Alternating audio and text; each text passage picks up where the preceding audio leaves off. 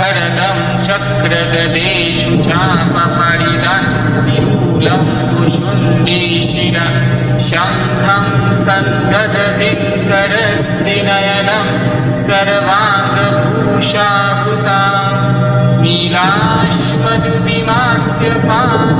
வணக்கம் ஆன்மீக நண்பர்களே, மலையாள மாத்திரை முறையில் காளிபுல் சர்வே. இன்னைக்கு நம்ம என்ன பார்க்க போறோம்னா, முட்டு உழிஞ்சி எடுக்கிறது எதுக்கு, எப்படியெல்லாம் செய்ய முடியுங்கிற முறைகள்லாம் நம்ம பார்க்க போறோம். அதாவது சில கோவிலில் நம்ம தேங்காயை வச்சு தலையில வச்சு மந்திர ஜெபகாரியங்கள் பண்ணி, இல்லைன்னா மந்திரங்கள் அப்படி சொல்லி அதை உழிஞ்சி எடுத்து சிலவங்க அடிச்சு பொட்டிப்பாங்க. அப்போ அதோட விதி என்னங்கிறதான் பார்க்க போறோம். அது யார் செய்யணுங்கிறதும் பார்க்க போறோம் நம்ம. அதாவது ஒரு தேங்காய் நம்ம எடுத்து அந்த தேங்காயில ஒரு சில மந்திர உருவங்கள் கொடுத்து அந்த தேங்காயை சக்தியாக்கி அந்த ஒரு ஆள் யார் வராங்களோ அவங்களுக்கு ஒரு கர்மமா, அதாவது ஒரு பிரயோகமா அவங்கள சுத்தி எடுக்கிறது. சிலப்போ அவங்களுக்கு பல தரத்தில் உள்ள துரிதங்கள் இருக்கும். துரிதம்னா கஷ்டப்பாடுகள் அங்கே இருக்கலாம்.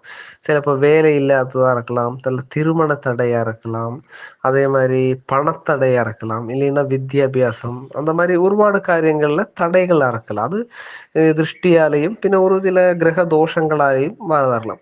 அப்போ ஒரு தேவதைகளோட மந்திரங்களை உருவாக்கி அந்த மந்திரத்தை சக்தி கொடுத்து அந்த தேங்காயில உழியும் போது அந்த துஷ்ட துரிதங்கள் எல்லாம் அந்த தேங்காயில வந்துருங்கிறது. அப்ப அந்த நெகட்டிவ் மாத்தி அதுல ஒரு பாசிட்டிவ் ஆக்கி அந்த நெகட்டிவ தேங்காயில ஆவாகனம் பண்ணி அந்த தேங்காயை அடிச்சு பொட்டிப்பாங்க. அதுதான் முட்டு உடைக்கிறதுன்னு சொல்றது. அப்ப இது மாதிரி சிலது எலுமிச்சம்பழத்திலையும் ஆவாகிச்சு இல்லைன்னா உழிஞ்சு எடுப்பாங்க. ஆவாகிச்சு எடுக்கிறதுனா சரி கொஞ்சம் கூடி பவரான காரியம் தான் ஆவாகிச்சு எடுക്കുക. அது மந்திர முறைகள் நல்லபடியா சரிக்க யாக முறைகள் இல்லைன்னா களமெல்லாம் போட்டு செய்து எடுக்கும்போது அது சரிக்கு ஆவாகம். இது சரிக்கு ஆவாகனம் அல்ல, அந்த துரிதங்களை மாற்றக்கூடிய ஒரு சின்ன எளிய முறைதான் இந்த முட்டு சுத்தி எடுக்கிறது.